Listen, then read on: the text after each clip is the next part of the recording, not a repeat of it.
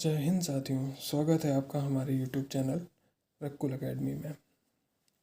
और काफ़ी सारे मैसेज आ रहे थे कि सर अपने आप नंबर शेयर करिए, आपके कितने मार्क्स हैं, यूपीएसआई में कितने मार्क्स बन रहे हैं। और मैं ये भी शेयर करूँगा कि मेरे पेट में कितने परसेंटाइल बन रहे हैं और एनटीपीसी में मेरा रिज़ल्ट क्या रहा। ठीक है। और डीबीपीएसटी की डेट, ये सब तो आप यूट्यूब पे वीडियोस देख ही रहे होंगे कि डीबीपीएसटी की डेट कब आ रही है और एक्सपेक्टेड कट ऑफ क्या है। सबके अकॉर्डिंग तो आपने देख ही लिया होगा। मैं भी अपना एक्सपेक्टेड कट ऑफ बताता हूँ कि मेरे अकॉर्डिंग कितने एक्सपेक्टेड कट ऑफ हो सकता है और कोर्ट केस क्या चल रहा है, इसकी भी जानकारी आपको होगी। और मेरे को भी कुछ जानकारी है कोर्ट केस के बारे में। आज इसकी हियरिंग भी है, 11 फरवरी आज इसकी हियरिंग है और देखते हैं क्या होता है, क्या रिज़ल्ट आता है इसका। वैसे पहले भी डेट इसकी पड़ चुकी है कोर्ट केस की। डेट तो 2-3 पड़ी ही हैं, जिसकी डेट जनवरी में भी थी, तो शायद उस डेट को टाल दिया गया था, उस दिन उसकी हियरिंग नहीं हुई थी। ये जो 11 फरवरी आज डेट है, देखते हैं आज हियरिंग होती है कि नहीं होती है। इसके बाद में फिर वीडियो अगर कोई लेटेस्ट इन्फॉर्मेशन होगा तो मैं ज़रूर लेके आऊँगा इसके बारे में, कोर्ट केस का क्या हुआ।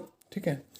और डीबीपीएसटी डेट, बहुत से यूट्यूबर्स बोल रहे हैं कि 20 फरवरी तक इसका रिज़ल्ट आ जाएगा। उसके बाद डीबीपीएसटी डेट जो है, जो मार्च में है, होने की संभावनाएं हैं। अभी तक ऐसा कोई इन्फॉर्मेशन नहीं है जो यूपी पुलिस विभाग ने इसके बारे में कुछ डीबीपीएसटी की डेट डिक्लेयर कर रखी है, और ऐसा कोई नोटिस भी नहीं है।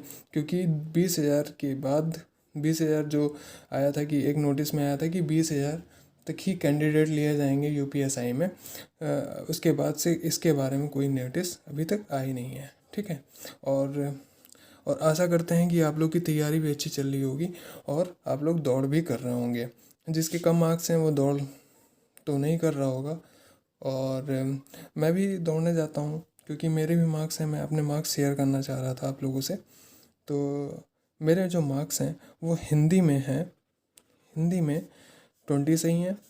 और जीएस में जीएस में जीएस में भी 20 सही हैं।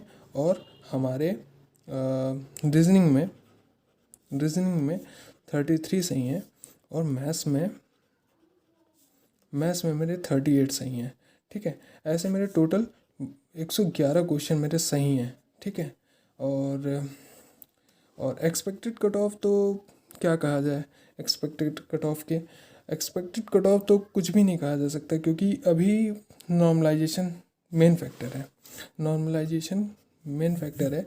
क्योंकि नॉर्मलाइजेशन को कहा नहीं जा सकता कि किसके कितने नंबर बढ़ेंगे और किसके कितने नंबर घटेंगे। क्योंकि मैंने भी एनटीपीसी के मार्क्स दिए थे, वो एनटीपीसी का एग्ज़ाम दिया था, जिसमें मेरा सही क्वेश्चन जितने भी हुए थे, मेरे 76 अटैम्प्ट किए थे, जिसमें 72 मेरे सही थे और 4 क्वेश्चन मेरे गलत थे। ठीक है। और मैंने एक्यूरेसी रखी थी इसमें। तो इसमें हुआ क्या कि मेरे जो है 12 नंबर केवल इंक्रीज़ हुए हैं, मतलब नॉर्मलाइजेशन में मेरे इतने नंबर मिले थे। ठीक है।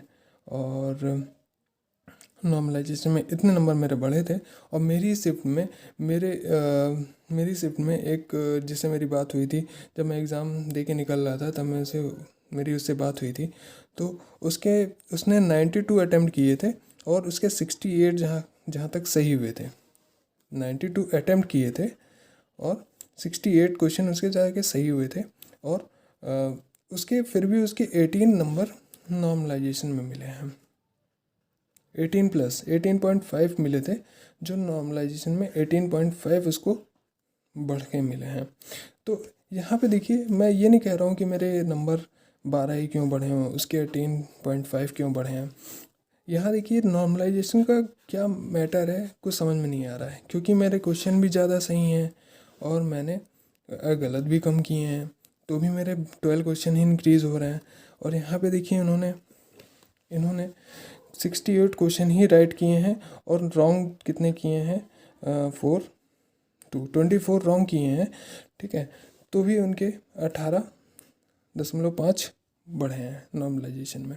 इसलिए यहाँ पे नॉर्मलाइजेशन का कुछ भी नहीं रोल यहाँ पे बहुत मेन रोल है क्योंकि अभी रिज़ल्ट आना बचा है। जो सोच रहे हैं कि हम इस 95 क्वेश्चन ला करके भी हम इस यूपीएसआई की रेस में नहीं हैं, यूपीएसआई के जो एग्ज़ाम हुआ है इसकी रेस में नहीं है, तो भाई मैं तो यही कहूँगा कि 95 भी क्वेश्चन सही हैं तो आप दौड़ लगाओ। क्योंकि जो 95 क्वेश्चन भी पाए हुए हैं सही हैं जिनके, वो भी सोच रहे हैं कि हम बाहर हैं, और जो 110 पाया हुआ है या 115 पाया हुआ है, 115 पाया हुआ है क्वेश्चन सही है, वो भी सोच रहा है कि हम अंदर हैं। अभी कुछ भी नहीं कहा जा सकता, क्योंकि अभी जब तक रिज़ल्ट नहीं आ रहा है तब तक ना कोई अंदर है ना कोई बाहर है, ठीक है। और अभी नॉर्मलाइजेशन भी होना है। नॉर्मलाइजेशन में हो सकता है किसी के 10 क्वेश्चन बढ़ जाएं, किसी के 5 ही क्वेश्चन बढ़ें, और इस अभी नॉर्मलाइजेशन में कुछ भी नहीं कहा जा सकता।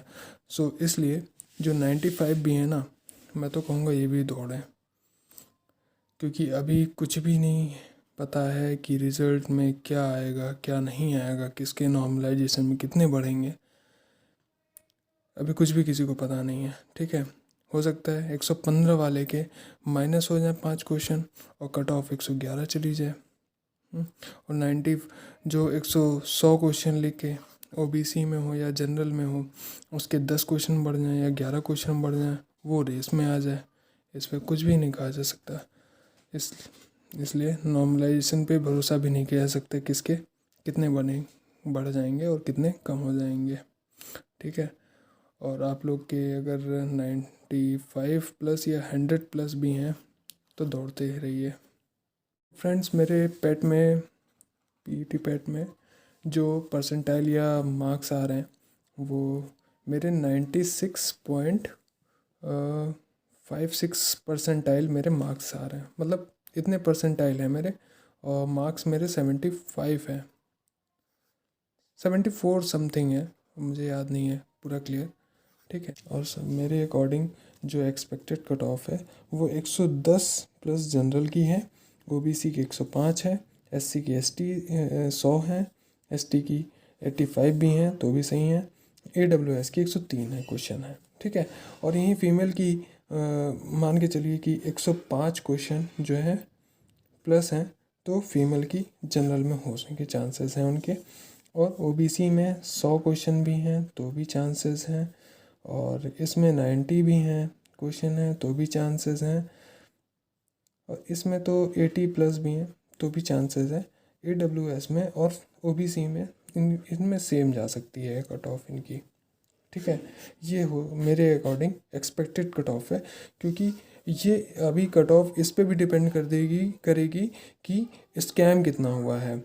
अगर स्कैम ज़्यादा लेवल पे हुआ है तो मान के चलिए फिर कट ऑफ और भी ऊपर जा सकती है। अगर स्कैम उतना ज़्यादा लेवल पे नहीं हुआ है तो फिर इससे कम भी रह सकती है कट ऑफ, इससे भी कम रह सकती है। और जो इसके नंबर इसके आसपास भी बन रहे हैं तो ज़रूर दौड़ करिए, ठीक है। ये सारी कट ऑफ जो मैंने बताई है आफ्टर नॉर्मलाइजेशन है, मान के चलिए कि नॉर्मलाइजेशन के बाद ही इतनी कट ऑफ जाएगी, और इससे प्लस ही हो सकती है, माइनस नहीं हो सकती, ठीक है। और मेरा जो एग्ज़ाम हुआ था वो 22 नवंबर को सेकंड शिफ्ट में हुआ था, सेकंड शिफ्ट में था। आप प्लीज़ जिनके भी, कृपया करके आप लोग अपने नंबर भी शेयर करिएगा, मेरा इस शिफ्ट में एग्ज़ाम था, ठीक है।